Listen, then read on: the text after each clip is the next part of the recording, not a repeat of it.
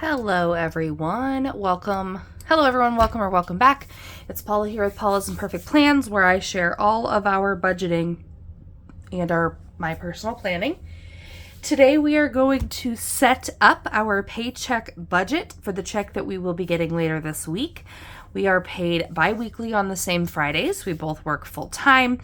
In here, I use the Budget Mom's Budget by Paycheck workbook, and I use the printable version. So I just print out the pages that I need or that I want and punch them and put them here in on some discs. So this paycheck here, my paycheck amount is going to change because the amount of deductions change, so it's going to decrease a little bit. I don't know the exact amount at this point, but I'm budgeting $11.90. And then for my husband, what is sticky? $17.21.44. And so that leaves us $29.11.44. I only budget out our paycheck starting out because that's the only thing that I know for sure. Typically, we have a lot of other random things coming through here. But the only thing that I know for sure that we are getting is those two paychecks. So let's jump in then to our fixed expenses. We set aside the second half of our internet, so $29.11. $196.10 for our phone bill. I did, and $131 for life insurance. That was less last month, but I'm not going to count on that. I'm budgeting kind of what I had been used to budgeting. And then the next ones, I treat them as fixed expenses because even though they are sinking funds, they are due at a certain point in time, so they're annual or semi-annual expenses. So for our vehicle and homeowners insurance, I set money aside every time we get paid. With our second check, I put $100 in. We pay those premiums every 6 months. So they will next be due in November. Vehicle registration, we have vehicle registration due later this month, and we have only need $11 more to pay that bill, so that's what I'm putting in there. Workout subscription, I'm setting aside $10, and the Mint Mobile did renew, so in order I needed to put $55 from what I have in the sinking fund versus what just hit my credit card. All right, so let's add this up.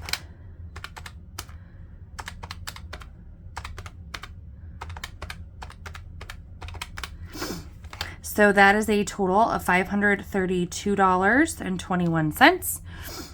If I subtract that from the $29.11.44 that we started with, that leaves me with $23.79.23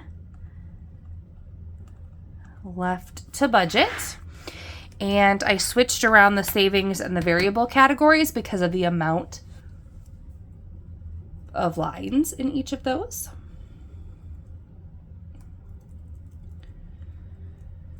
So for our savings categories, our emergency fund, we're doing the Save 2025 and 2025, and that's $80 for this paycheck. We're putting $100 into our vacation sinking fund. Propane is getting nothing. Kids is getting $70.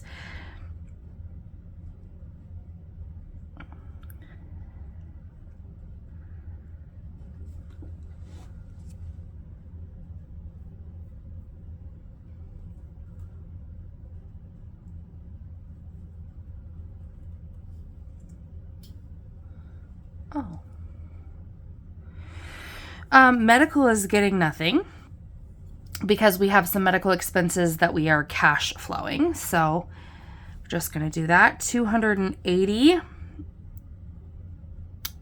is going into our summer daycare, saving up for next summer. And then these next three are cash. Into Christmas, we do $40. The holiday binder gets $15, and our mini binder is getting $182 with this paycheck. So that is our savings amount.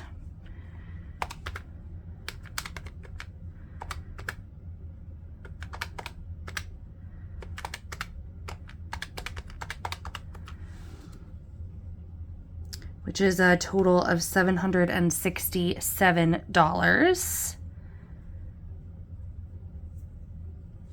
in savings. So if we subtract that from the $23.79.23 that we started this category with, that leaves us with $1612.23 to move up here to bring up to the next category.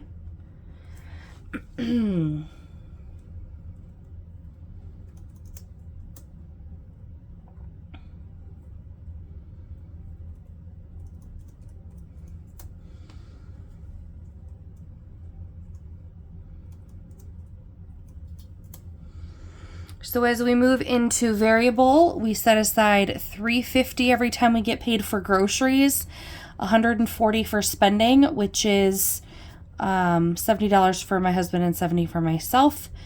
Pedicure gets $50, work meals gets nothing, drinks gets $60, dine out gets $100, car washes gets $30, kids allowance gets $18. Those are kind of our more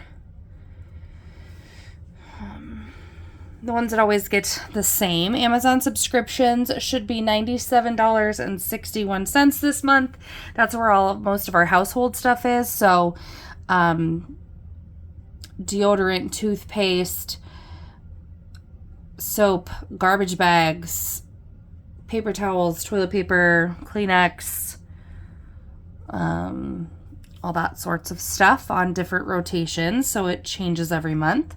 School lunch, I'm setting aside $50 for the school lunch bill because a credit was added to our account from purchasing our gas through Raise Right. Target is nothing. Nothing is going to gas. I just put my mileage check on it, so I should be good for a little bit. Medical expenses is $135.91. Let me check in here and just give you a breakdown of what that is in full transparency. It's nice for me to have a reminder as well. I had a doctor's appointment. Copay was $50. My husband went to the eye doctor, and somehow, he doesn't have vision insurance, but if it's something that's related to health, they can run it through his health insurance, which they did, and they paid it because of whatever it was. So there was a $30 copay for that, which was $80. And then my husband is on a few different prescription medications, and he fills them 3 months at 90 days at a time. And so he picked all of those, or, he has 3 that he gets at a time, I think. And for the next 3 months, that was $55.91. So that brings us to $135.91 for the medical expenses. So when I have medical expenses like that to cash flow, I just don't put it into, from here. Vehicle expenses, I'm putting $140 there. I don't quite know the exact amount, but I think I mentioned that maybe I didn't. Don't remember if I told this story or not, but we're doing some things to kind of do a tune-up for my dad's old Dodge Charger, and so he got a carb kit, and I don't remember what the other stuff was, but so that's $140. Co-op diesel is nothing, and I'm hoping for no miscellaneous costs. Those are things that just pop up on us.